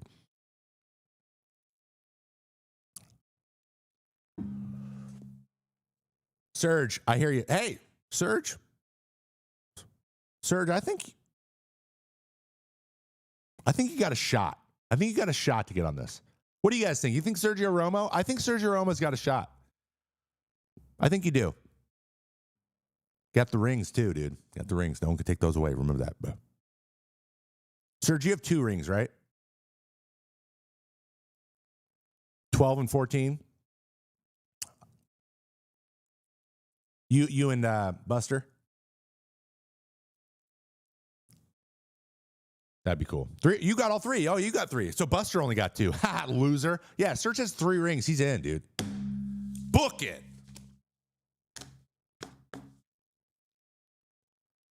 Yeah, dude, you got a 10 career B WAR. That's crazy for a reliever. I had like a 2. Greatest strikeout to win a World Series ever. Yeah, freezing Miggy. Ugh. Say less. Hell yeah. All right, cool, guys. Moving on to the next little part of our show. Very interesting thing happened recently. This was a new segment about trades, asking for a trade. Jimmy Butler. Jimbo Butler. So I know this isn't baseball per se. There's going to be a couple NBA references I have today, but I want to phase some of this stuff in. But recently, Jimmy Butler got in front of a camera and was basically asked, do you think you can be happy here? Actually, we can just do this really, really easily. Don't take my word for it. Take Jimmy's word for it. This is what he had to say after a... Ooh, this is going to be loud, I think. This is what he had to say after a recent loss. Jimmy, when do you feel like your role in the offense changed, and what has been the toughest adjustment to that change? It's not a tough adjustment to me. I'm going out there to compete to win either way. Whether I score 9 points or 29 points, I will compete. That's one thing that I will say. So you won't say that I'm out there not playing hard. It may look like that because my usage is down and I don't shoot the ball a lot, but we won't sit here and say that I don't play hard. What will fix it? What do you want to see happen to fix it? What do I want to see happen? I want to see me get my joy back from playing basketball. And wherever that may be, we'll find out here pretty soon. But I want to joy back. I'm happy here, off the court. But I want to be back to somewhat dominant. I want to hoop, and I want to help this team win. Right now, I'm not doing that. Can you get your joy back here on the court? Probably not. Oh, boom! Thank you, Jimmy.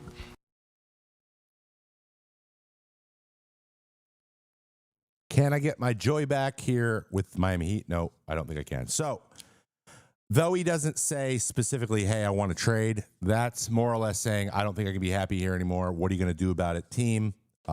First of all, I want to talk a little bit about Jimmy Butler. That guy is way taller than you think he is. I met him, and he's taller than me, and I was like, Jesus, I thought you were like 6'2". He's like 6'6". And he's an absolute beast. But this is much more common in basketball and football. Is saying, I want to trade. I want to go somewhere else. We had the Cheetah say it the other day with Miami Dolphins as well. And that got me thinking a little bit about trades in baseball and why they're not asked for very much. We did have Brian Reynolds happen recently where he kind of asked for a trade from Pittsburgh and eventually got his extension. But other than that, like, we don't see it in baseball. And I've never had a teammate publicly request a trade or insinuate that they wanted one.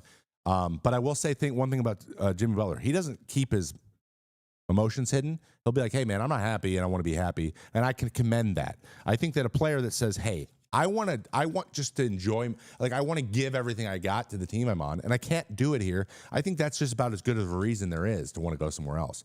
But in baseball, I never see it. Now there's been other off the court kind of on the court distractions, right?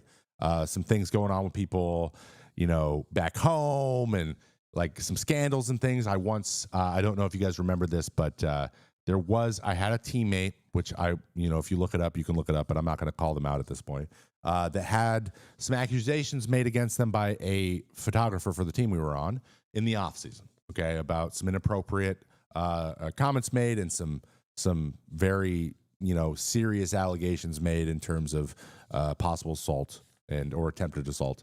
And they deny, and the person who made these claims is someone that I knew, and the circumstances behind this situation didn't make a lot of sense for it to be. There's no motive to make it up. Like, it didn't make any sense to make it up.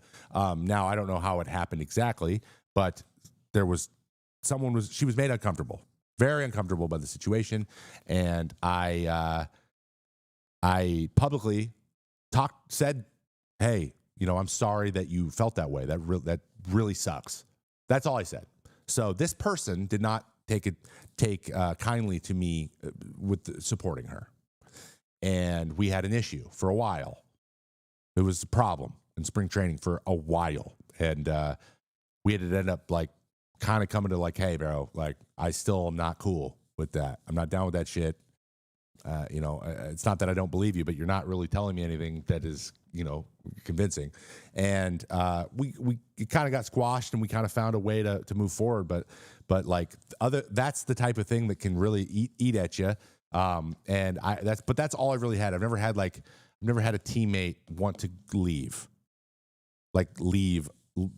and have an issue with our team and then need to leave like then in the middle of the season. That rarely happens in baseball for kind of a myriad of reasons. But, when you want to leave and you see a teammate wanting to leave as their teammate, it's hard not to feel like you're being betrayed by them. I think in that situation, if someone's like, I want to get the hell out of here, especially if I like where we are and they don't like it, I would immediately get defensive and be like, whoa, what do we do? What, come on, man. Don't throw us under the bus. Right. But when it comes to this Jimmy thing, the hell, man. Sorry, guys. When it comes to that Jimmy thing, I would be like, yeah, I get it. We probably are all feeling it at the same time. Now, how do you do these? How does this stuff work? You can't really do it in baseball. Like I said, the control's crazy in baseball. In basketball, it's a little bit different. Guys are moving all over the place, and contracts are usually a little bit shorter. The reason they can do this stuff is because of salary caps.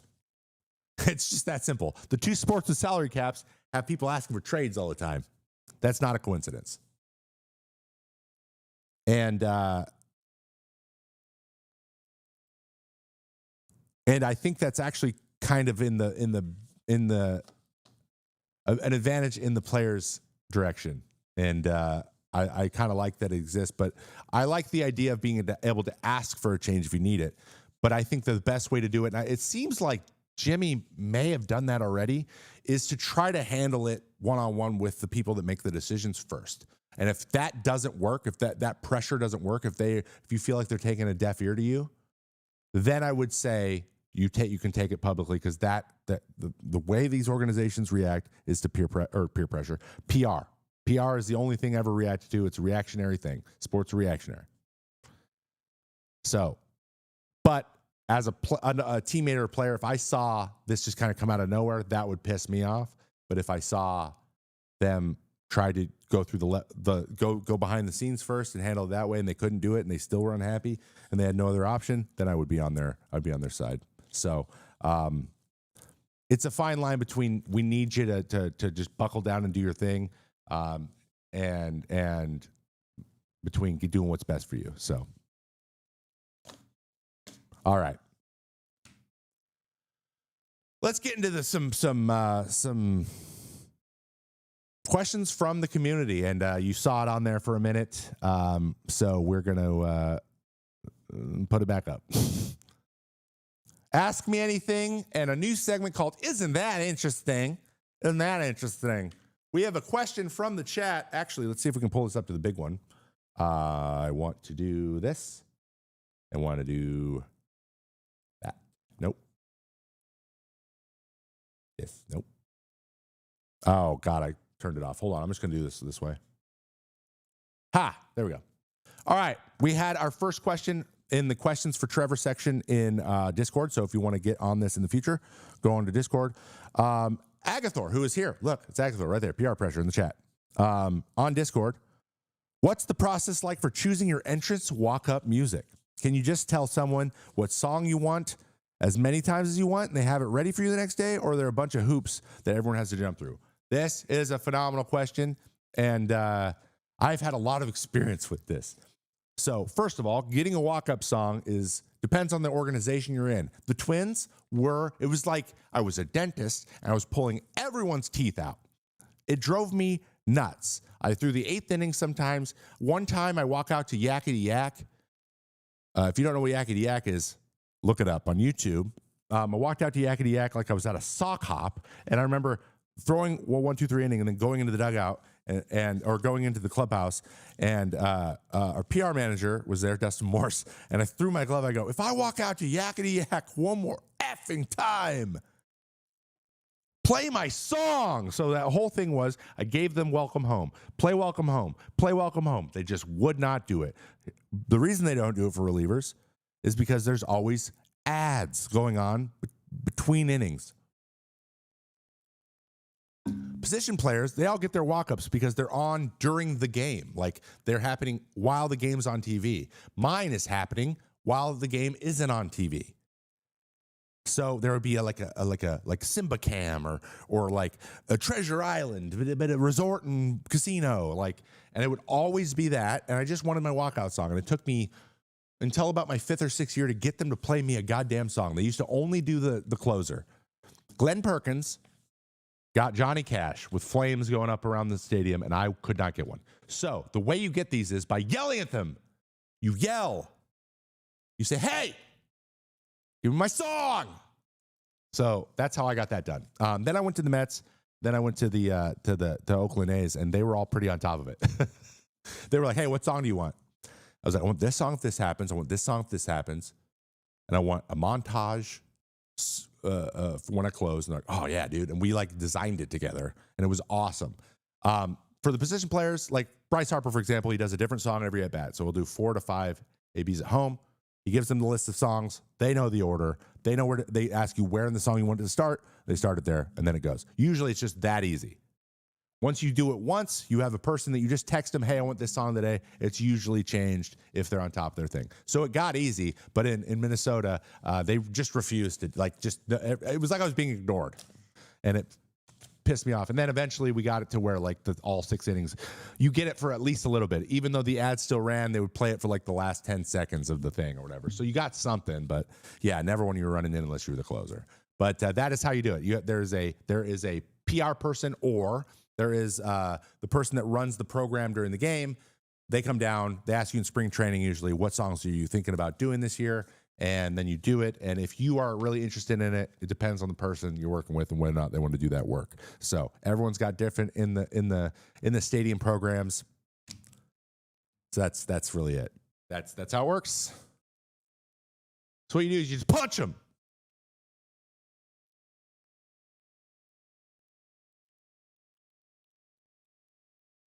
So yeah. Any other questions?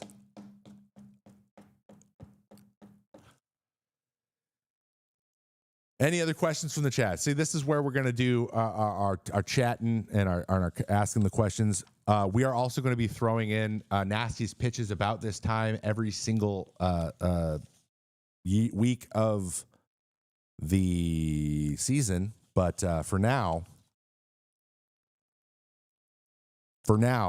I am here to answer your question. Actually, here's what's going to happen. For the first time ever, I am going to use the restroom really quickly live on stream. And I'm going to give me a 2-minute break. We're going to take a little 2-minute break. Chat room. Hold on. Let me figure out how to do this the best way. Oh my gosh, I can't see this. Okay. I'm going to take we're going to take a 1:30 break. How about that? I don't like, dude, come on. Who's that guy? We're going to take a 1 minute, 30-second break, and I will be right back. Book it. See you in a moment. Alrighty, we are back.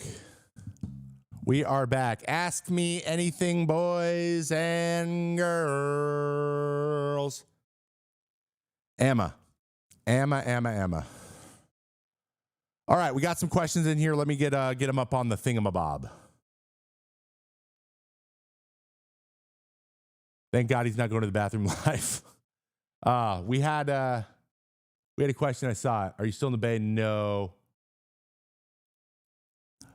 Do bullpen guys play little games during the game? Yeah. Yes, we do. Let me put that right back up. Do bullpen guys play little games during the the game? We do. Yes. Some of them are trivia games. Some of them are, hey, do you know this guy? Some of them are I Spy. I Spy is a really common one. Literally anything. We'll do anything. We'll do anything. Will the Dodgers eventually force a salary cap if this continues not advocating, by the way? No, because salary cap doesn't solve that problem. It's not a salary issue. It's deferred money issue. And also, they can't force a salary cap. Teams the teams cannot force a salary cap. They can't. It's impossible. They can't unless the players give into it. So let me just put it that way. Like, they can't say there's a salary cap now and there's nothing you guys can do about it. They can't. It's illegal, right? It's literally against the law. Then again, our president and our first lady both just did a pump and dumb crypto scheme literally in the last 2 days. So I don't know what's legal anymore. So again, I don't know if the powers that be would ever enforce anything. Yikes. But how it currently is set up, we'll see. We'll see. I don't. It's not going to be a salary cap though. That is a non-starter. But it would be, I think, penalties for crazy amounts of deferred money. I can see that happening for sure. What's the most times you've been warming up in the bullpen to see how you go from up, down, back up again? Oh, that's a good question, dude. The most times I've gotten up in a game is 4. It was earlier in my career. Those are gone. Basically, if you get up twice to warm up and you don't go in after the second one, you're not going in the game, because there is a direct link between that and injuries. It goes way up after the third time you warmed up. I did have one interesting thing that's kind of adjacent to that question. That's a really good question. Thank you for that. There's one time in 2022 where we were no, it was 21. It might have been 21 or early 22, where we were messing with using Sugar Diaz in the 8th if the big guys came up, right? If it were 2, 3, 4, and they wanted him to face him, it was against the Braves. And he went out and he had a good inning. And then they had me warming up to close. So we like swap places. I thought, because when he went out in the 8th, I'm like, he's throwing both. Like, I'm not going to go back out there.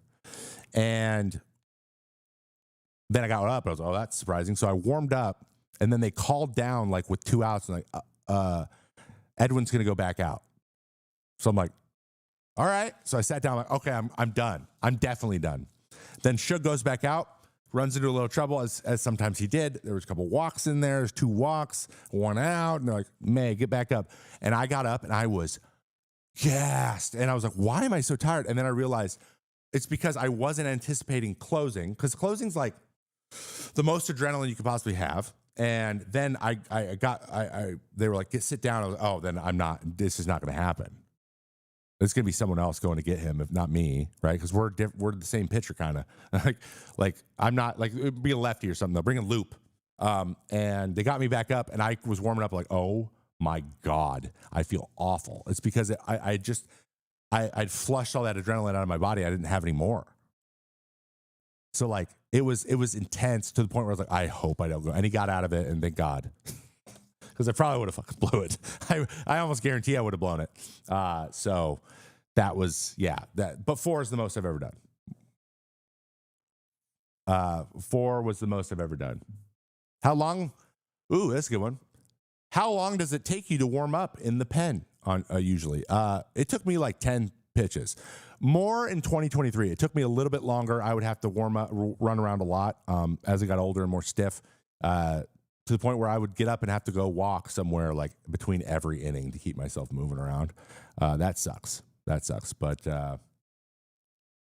usually pretty quick. You got to be quick. You got to be able to like throw 12 pitches and just be out there.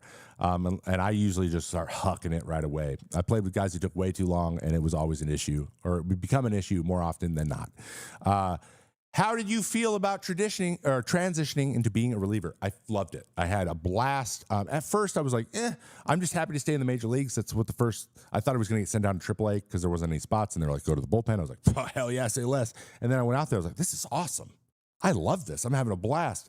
And so I just kind of stuck with that. I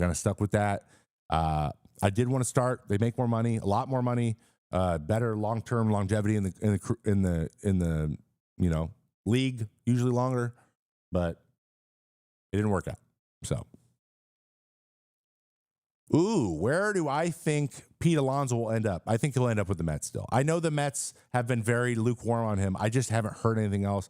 I think that he just makes them better. Someone asked the question on the radio yesterday. They said, hey, Soto just kind of replaces Pete's at least home run and RBI production. So like they're kind of breaking even with what they have now. Why not get Pete cheap? And frankly, Pete is getting cheaper and cheaper and cheaper as time goes by. There might become a time. I just think we're having a classic David Stern situation where they have an idea of what they want to spend. They're not gonna budget all. He's like, I have a 10-year plan. And if he doesn't go into this range, it is not worth it. And that's the way they're going. Oh, Oaklandish, Balfour or Miller? May, my guy. No May, bro? In terms of just absolute electricity, Mason Miller's got the best shit I've ever, it's incredible. It's incredible. Grant Balfour threw really hard, but Grant Balfour did not throw 102. Grant Balfour threw 97. I'll go Miller. Even though it's only been a year, but he's just special, man. He's special.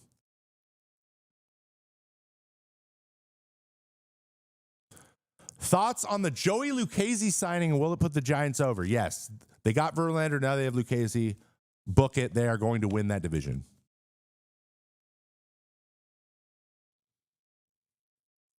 What would you change? What would you change about salary arbitration and its current setup? Ooh. That depends, all right? I think it works fairly well. Okay, first of all, the first thing that I would change is strictly following precedents, because it's just wishy-washy and made up most of the time. Meaning, oops, what did I click on? Where did the Mariners thing come from? Anyway, there it is. So anyway, back to arbitration. I think ARB could be cleaned up big time. As you have to make a decision whether or not you are going to base your predictions based on the comp and the raise from the year over year or the number itself. So basically, what happens is, if you made a certain amount of money the year before, and then your comp got a certain amount of money. For example, for me, I went from 850 to 2.2. That's what my raise would be. So, or my comp was 2.2. So I said I deserve more than him because our argument was 2.2 is the number. It doesn't matter what we made last year because I had Tommy John and shit. It ruined my whole thing.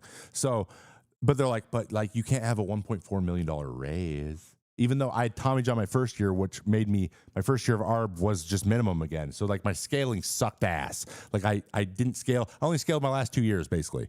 So I was behind. I just hit my teeth so hard. I was behind. I don't like this. This thing moves so much. Oh, that's why. Anyway, I was behind. We were talking about, they were talking about a raise. We were talking about the number. And so now that we had this thing, like this change, it was a problem.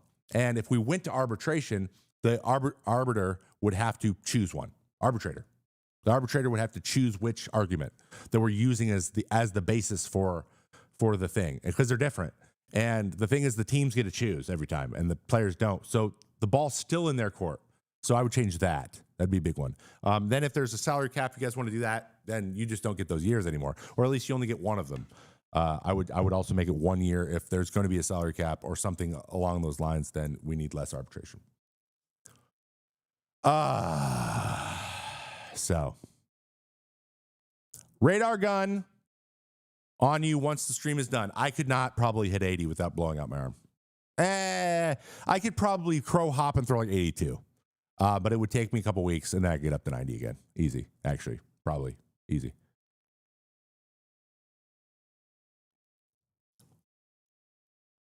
Yep. Remember when I hit my tooth? Thoughts on Minter to the Mets? AJ Minter, huge pickup for the Mets. I like it. I really wanted them to also go get Scott. I thought that would be just like, it'd be Minter, Scott, Diaz. Dead. But I like, AJ Minter's been really good for like 4 years in a row. He's been really good. I think he's going to be good there. I think it's a good pickup. He's quality. He is. Yeah. He's nasty. He's nasty, and he's solid, and he's been solid for a while.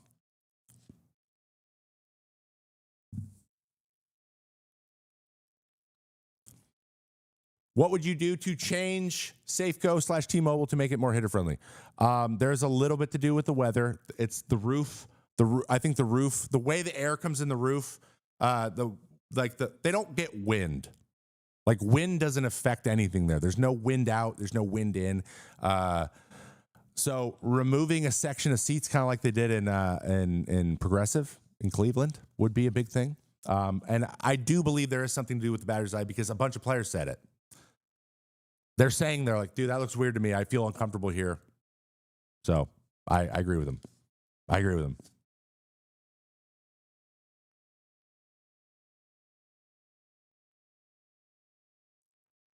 Ooh, this is a good one. Of everyone you ever faced, all the best ones, Ohtani's and Trouts, versus like the not so good ones, who was the peskiest hitter? Didi Gregorius. Could not get Didi out. Didi and Altuve could not get him out. Altuve, even when he got out, he was still safe because we made an error. Like, the guy was on. The only time I ever got him out was when, like, they called him safe at first and they overturned it. Like, those were the only times I ever got him out. But yeah, Dirty Gregorius owned me, and he would explode his bat. It would trickle in up the middle. He would like fist something, look that way. It would go that way over third base, or he'd homer. He got me for a homer too once. So sorry about that, Trevor Hildenberger. The bases loaded by Trevor, and then I gave up a grand slam. So I still feel bad to this day. But I get it. Like, he wasn't a great, like, he would be like, oh, look, Didi's hitting 190. Then he'd go 4 for 4 with 2 hits off me. And I'm like, oh, cool.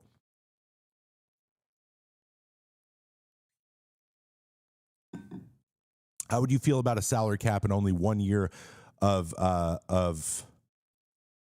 minimum before ARB? Ooh. See, so Varm, that's a good trade-off. It also depends on what the cap is. But that's the type. First of all, I'm a reliever. It wouldn't have affected me at all. But that is the trade-off. That's a type of trade-off that would have to happen. The problem is the value could swing so wild. It's hard to predict what the value is there. So, like, if the cap were at 180 or 200 million, 2 years of control is a lot. So there would be way more guys going to the cap. So right now the answer is, do we want to have one guy who's making $800 million and then a bunch of rookies? Or do we want to have 5 guys that all are making 180 and the rookies only hang around for a couple years? That's crazy, but that's good. I like that. That was good. I'm going to put that up on the thing first so everyone can see it. That's an interesting premise. I like that. Are you happy with how the pre-hour bonus pool has worked out? So far, so good, Branch. I think it was a good. I think the system was a good idea. I just don't think there was as much money as there should have been. Opinion on artificial turf. Hate it. Hurts my back. Playing in the trop hurt my back on the regular. All right, guys, keep the questions coming. I really appreciate it. But we're going to get into our last little segment. Isn't that interesting? Isn't that interesting? You'll find out. All right, we have our crazy stats. The week. We got 4 stats this week. Usually I'm going to try to give you 3, but we're going to go 4 because some of these are insane. Okay. Crazy stats of the week. I want to see if you guys know what these are. In 1962, Harry Cheedy was traded from the Cleveland Indians to the New York Mets for a player to be named later. The Mets later sent Cheedy back to Cleveland, meaning he was the player to be named later. So he was traded for himself, effectively just wiping out the trade. Only time it's ever happened, Harry Cheedy. Look at that face. Look at those cheeks. Look at them. You just want to squeeze them.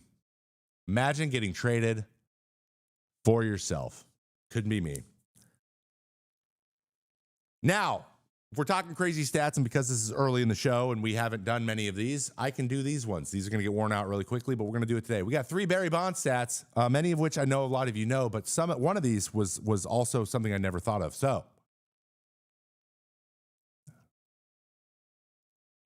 Barry Barbara, you know his name's Barbara, really, and he just went by Barry? No, I made that up. Okay, that's not the stat. Barry Bonds was intentionally walked 688 times, more than the entire Tampa Bay Rays franchise since 1998.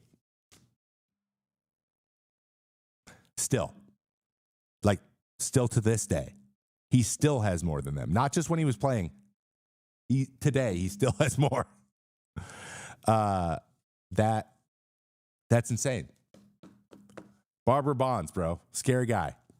Speaking of intentional walks, which we are out on, by the way, remember from earlier in the show, in 2004, Bonds reached base more than 376 times, more than he had at bats, 373. So he only came to the plate 373 times and was walked 376 times. That's actually crazy because that's actually 750 plate appearances, which is also incredible. He also had a huge dome cover. But speaking of intentionally walks, again, for the third statistic, Barry Bonds.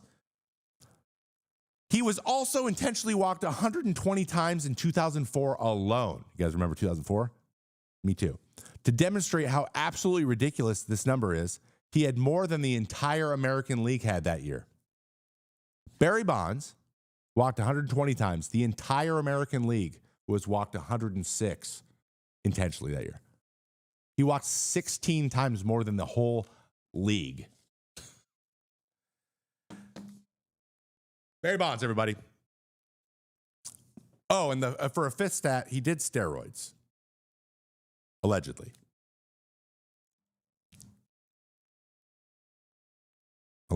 Those are your crazy stats of the week. I hope you enjoyed them. All right. One other interesting story. Thank you, DK, for this one as well. From Max Cerullo, the Boston Herald, Red Sox prospect David Sandlin watches Star Wars Revenge of the Sith before every start. Now, if you're in the big leagues, that's 32 times. This is the third Star Wars movie. This is not the original 3. This is the third one of the 3, where Anakin gets all mopey and angry the whole time. And the Emperor goes, power, over and over again. So he sees that, he watches that movie every single start. Why, you ask? One of the biggest Star Wars nerds you ever met, Sandlin said. One of my pregame rituals is watching the Revenge of the Sith. Every night before I pitch, I watch it. Sounds cliche, but all the emotion, Anakin turns to the dark side. I think that's the height of Star Wars. So, Mr. Sandlin loves it. Now, if I were going to choose a Star Wars, it would definitely be whatever the one Jar Jar talking is. And I would just only find a YouTube video where it's only Jar Jar's parts and watch that every time. Really get me fired up. Fired up for the next day's start. I have big hopes for this man this year. David Sandlin, big Star Wars nerd. That's. I mean, I watch Lord of the Rings 2 or 3 times a year, but that's effing ridiculous. I cannot watch any movie 30 times a year. That's crazy. You think he just like watches like a part of it? Or does he watch like a YouTube video where every time Anakin speaks, it speeds up or something? He's on the pitching mound. He's literally on the high ground. He literally has the high ground. Chris Hannell, everybody. Chris Hannell. Do you do the extended edition? Yeah. Though sometimes I don't do the extended version of the Return of the King because there's so much shit at the end that I'm like, I don't want to watch an hour of everyone being like, bye. You know, I want to see the fights. Now, Helm's Deep though, you could watch that thousands of times. And have I seen War of the Rohirrim? Yes, I have, twice. Though it seemed kind of like the same story again, I still liked it. Anime versions of Lord of the Rings are in for me. Okay, I have one final thing to get into, one final interesting little tidbit. Boys and girls, I saw a video. In on the internet yesterday that was talking about the NBA and how the NBA is dying. Now, where have we heard this before? Yes, the MLB is dying because it's just not very fun to watch. And everyone's been asking, why is it not very fun to watch? And this person, now I can't remember the creator's name, and I will put give him some love in the description of this video if it ends up going on the same platform. But he said it's a solved game. The NBA is a solved game, and that is why it is not very fun to watch. And I go, what does a solved game mean? And I'm going to show you right now what he meant by a solved game. It's super duper interesting. So, this is a heat map of 2 different, two seasons of where the shots were taken from. The top is 1999. Actually, we could probably go large with this. Yeah, we'll go large with this. Top is 1999 to 2000, and the bottom is 2022 to 2023. What are you noticing?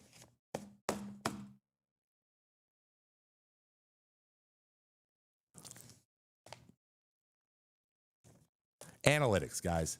Analytics. So, analytics took over basketball. They realized the highest value shots were, if you can tell from the elbows extended out to the 3-point line are clustered really heavily. The corners are clustered really heavily, and everything in the paint. It's shoot in the paint and it's shoot threes. Those are the 2 options. Those are the best shots for you to take. In 2000, they were taking baseline shots and trying to wrap it around the backboard. Those are the hardest shots to hit. You're going to miss them. They're very hard to hit. So they transferred from do this because this is the highest value. What is the equivalent in baseball? The 3 outcome AB.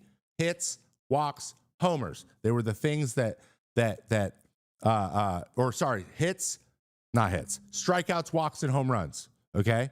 Home runs were the hitter's version. Strikeouts were the pitcher's version, and the walks was the thing that both sides wanted to happen a lot. Okay? Strikeout is a 0 value. Home run is a maximum value. And so go maximize your value there, and we will maximize our value pitcher, and we'll just go for it. That proves to be a very boring game to watch. Now, in baseball, the rules have been changed in order to make some of these things more exciting. You want teams to be able to build their team with people who can run, because not everyone can hit for power. And the reason the Mariners are struggling right now, or have for the last few years with the offense, is because the 3 outcome thing does not work here. It doesn't. They need to build a team with speed. But you can change rules in baseball to incentivize these things. Just take away, make the strike zone smaller, all kinds of little stuff. Basketball, I don't know how you do it. How do you make shots harder to hit? Do you move the hoop? Do you make it move? Do you raise it up? But everyone's going to get used to that. It's still going to be the same shit, even if you move the 3-point line back. What you need to do is introduce a new way to score. some new mechanics, things that you need to trade off to get more value for. So you add a 4-point line or something, or you add, you add spots where points change, right? That's what you have to do. And they're struggling with it because this is all you watch. And I just thought this was really interesting because analytics is doing this to sports. Football is the same way. Football is the same way. But it's with injuries because they want their best players to stay on the field. They want the quarterbacks to stay on the field, which I get because that's the highest value. But now, like, risks aren't being taken because why would you take a bunch of risks when you could just guarantee, you could get to a point where you can almost guarantee the solutions you want. So you build teams that can do these things. You get big ass mother effers who just dunk all the time, and you get little dudes who shoot threes. Who plays defense? They're the two hardest shots to defend as well. So like defense has gone away. What's the point of maximizing defense when they have been so efficient on offense? So they have a unique problem that I don't know how they're going to fix. Baseball had options. Basketball does not. So this is something to pay attention to. I thought it was very interesting. But the idea that a game can be solved by the technology that we have, our sports need to change and change very quickly, or they're gonna continue to die because they're not very interesting when there's only a few options. And we've gotten to the point now where most of our modern sports only have a few options. That's why I think soccer is so interesting, because kicking a ball and controlling a ball with your feet is really hard to do, no matter what. And that's why it's not struggling as much as the other sports. So, thought that would be interesting. Hey, shout out to the Woodsboro Experience. Don't know what they do, but I bet you it's awesome. There you go.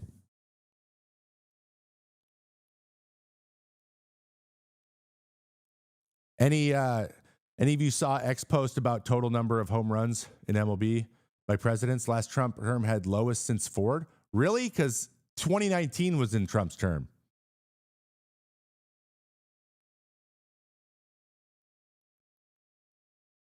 Maybe this is why Jimmy Butler isn't having fun anymore. I think you're onto something. All right, guys, boys and girls, that concludes our show. This has been Mayday on Monday, January 20th. I had a blast today talking to you guys, hanging out. We are still ironing out some kinks. I didn't see, Spider Rico, thank you for your 50 months. I saw that. The notifications are I think they're coming through. I'm not sure. I'm going to check after, and we're trying to get this cleaned up so I can see them. I am still trying to make this thing better for you guys. I still need to add some audio on here. I'm figuring out how to do that. But I really appreciate you being here, chilling, hanging out. We do this for 2 hours every Monday. Starting, I believe, next Monday, we have a guest coming on. Also, Cut on the Diamond, my new podcast, anywhere you listen to podcasts, where I sit down with other players and we just tell stories. This week's episode is Vinny Pasquantino, the Pasquatch, joined me. And I'm going to give you a little sneak peek. He was a theater kid. And he was not very big until he was older. So you should check that one out. First time I actually ever talked to Vinny. We got real loose. We had a lot of fun with it. And it was a blast. So go check that out. Anywhere you listen to podcasts, that is Cut on the Diamond. Also, if you're into movies and you want to listen to a bunch of idiots break down, become film bros, and have a good time talking about movies with guests, I also have a podcast called the Make a Day in Action podcast, my own network, Make a Day in Action Network, MCA Network, where the Cut in the Diamond is.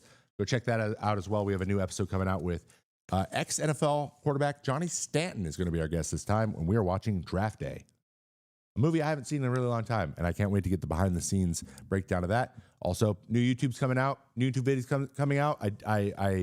My video on Bull Durham is about to be released, so get ready for that. We're getting really close there. And we got another new one coming out next week. So we're cooking. It's 2025. I love you.